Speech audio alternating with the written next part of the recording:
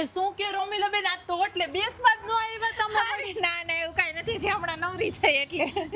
અરે હું શું કહેતી હતી, જો ઓલો અંકુર આવ્યો ને બારે, હમણાં સોનાલી એઠું નાખવા આવશે.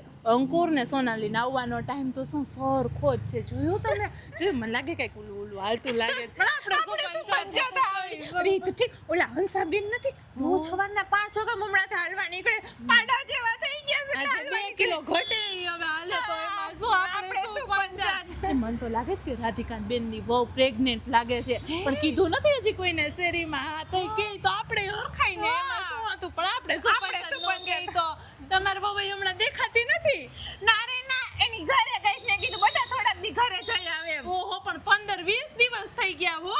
હા તો એમાં શું થઈ ગયું, એની જ ઘરે ગઈ. અમે તો શું મોડર્ન વિચાર વાળા રહ્યા હો, અમે તો બધી છૂટા પેલી સમાર વહુ ને. હા તો જાજુ રોકાઈ ગઈ, મન તો લાગે રીહામણે વઈ ગઈ લાગે છે. રીહામણે કઈ નથી ગઈ હો, વળી તો ને ભાઈ રે પંચાયત છે વળી. ના ના, મારે તો શું પંચાયત. આ તો કાલ અવાજ આવતો તો તમારા ઘરમાં જ મોટે મોટે તાર દીકરા હારતું બાતતી હતી, તો મેં કીધું રીહામણે વઈ ગઈ તાર બહુ બધી ખબર પડે હોય, એમ તો બધી ખબર પડે. શેરીમાં સામે રહેતો હોય ને તો જોશ જોશથી અવાજ આવતો તો એટલે શેરીમાં જ કોઈને ખબર ન પડી, તો ને જ ખબર પડી. તારા આંખ ને કાન તો બધું મારા જ ઘરમાં લાગે છે વળી.